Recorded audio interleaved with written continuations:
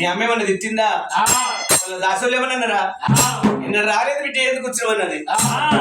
Daddy mummy ఏమనలే, కానీ రేపు పెద్ద బతుకమ్మ ఆడతారట. కానీ పెద్ద బతుకమ్మ ఆడతారట, అందరూ పూల పుట్టి పట్టుకొని పోతుర్రు.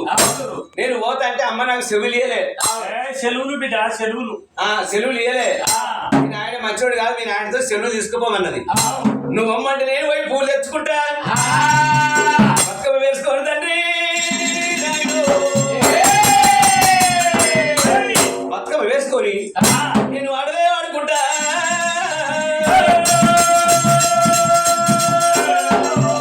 నాకు సెలవు పెట్టమని ఒక ఎల్లమ్మన్నది.